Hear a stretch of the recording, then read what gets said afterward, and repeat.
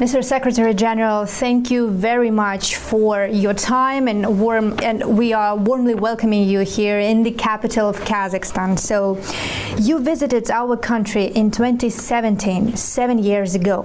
Now you visit Kazakhstan again, a very special occasion. You will take part in SCO Summit in Astana, which will be held under the theme Strengthening Multilateral Dialogue, Striving for Sustainable Peace and Development. So my question, the first part of the question here is, what do you think of this year? If you recall it, Kazakhstan held the rotating presidency in the organization.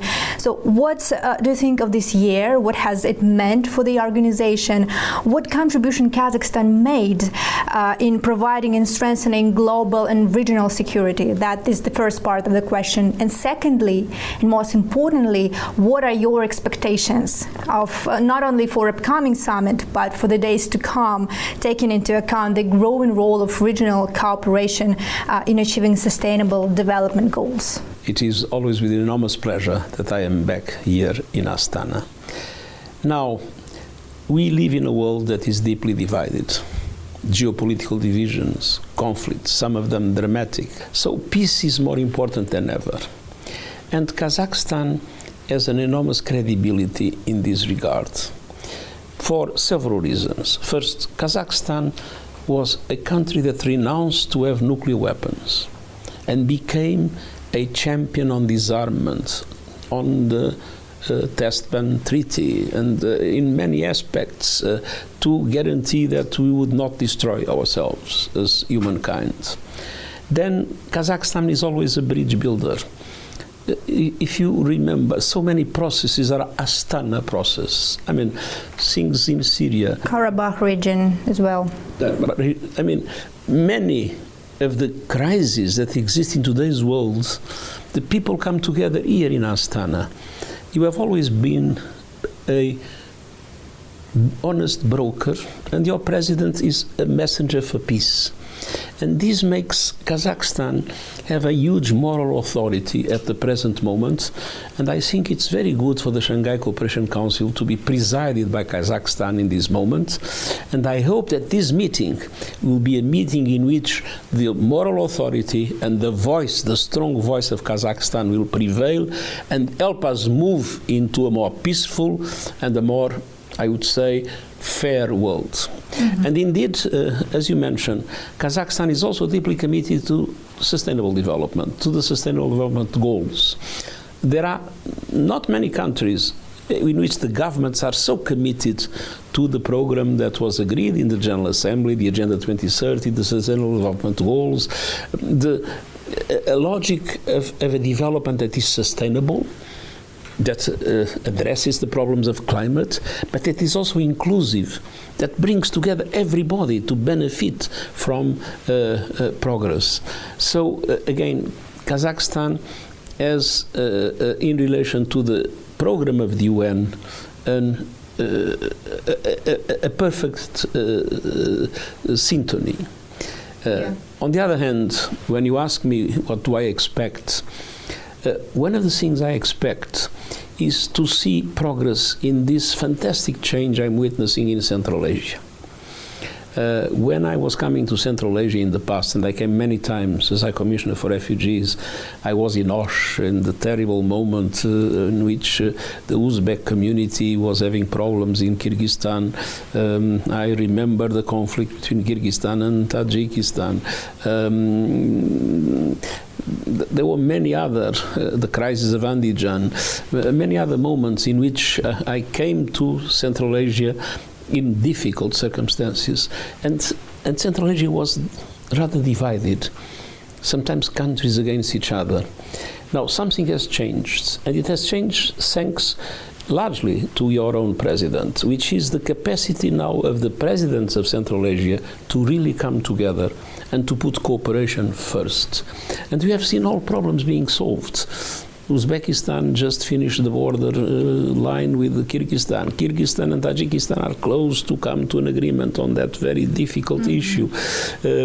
We see old conflicts and old tensions disappear, and we see the heads of state of Central Asia, bringing progressively Central Asia together. But now I would like to see more economic integration. I would like to see these economies to be more interlinked, for Central Asia to have more power and more capacity to assert itself in the international arena, and to be the real center of the world. That's very important, and that leads me to the next question about the importance of cooperation. So United Nations and SCO during 20 years have established these partnering relations, and you've mentioned the importance of strengthening this cooperation between two organizations.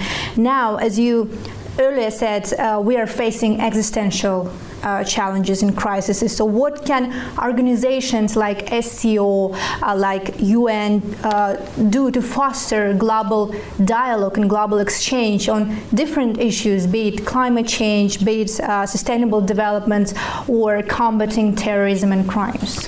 We can work together, first of all, in the prevention of conflict. It's good to solve a conflict. It's better to avoid it. Yes, and that's the first and foremost. Have that commitment. We can work together in counterterrorism. Terrorism is still a threat in this part of the world, and our Office of Counterterrorism is ready to fully cooperate with the Shanghai Cooperation Council in relation to your own concerns in relation to violent extremism and terrorism. We all know the problems that came from Afghanistan in the past and all these questions. So we are entirely at disposal of the Shanghai Cooperation Council to cooperate on these. On the other hand, the two organizations are committed to peace, they are committed to dialogue, and they are committed to the solution of problems, and they are committed to a vision of one world that is not divided or fragmented, with one only market, one only global economy, one set of standards for artificial intelligence and other technological aspects, to avoid this idea that we should split the world into two. That would be a total disaster. And I think the cooperation of the UN and the Shanghai Cooperation Council can contribute to this bringing together the different parts of the world, and to limit the damage caused by the fact that the superpowers are at odds with each other. And when the superpowers are at odds with each other, countries like Kazakhstan have a very important role, and organizations like the UN and the Shanghai Cooperation Council have a very important role to make sure that we are able to address the conflicts, to make sure that we are able to establish more justice in international economic relations, to reform international financial institutions to the benefit of developing countries, and that we are also more able to have a global perspective of human rights. Human rights are economic, social, cultural, political and civil. They must be seen together and without double standards. And that will, in my opinion, facilitate a progress in human rights instead of transforming human rights in a bone of contention that doesn't make sense, because we are talking on something that is to benefit of everybody.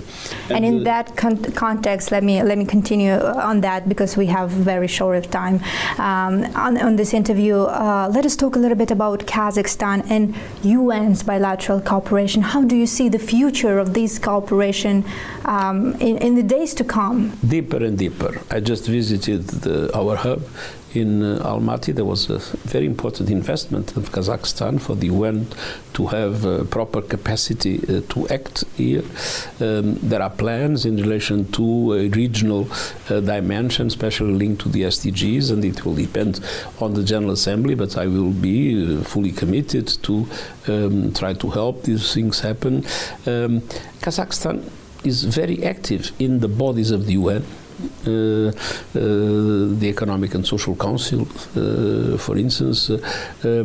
Kazakhstan has played a very important role in all the discussions that are taking place in the preparation of the Summit of the Future, the new Agenda for Peace, the Global Digital Compact, the questions of an emergency platform to respond to the dramatic impact of natural disasters, conflicts, pandemics, for which we still are unprepared. And I could go on and on with areas where the voice of Kazakhstan in the UN is extremely important. And on the other hand, I think we need to recognize that when Kazakhstan acts in favor of peace, when Kazakhstan acts in bringing together parties in conflict in order to solve their problems, when Kazakhstan is this honest broker in international affairs, Kazakhstan becomes a very important instrument of the objectives of the UN. Thank you, Mr. Secretary General, for your time and for your answers and for participating in our interview today. It was a great pleasure.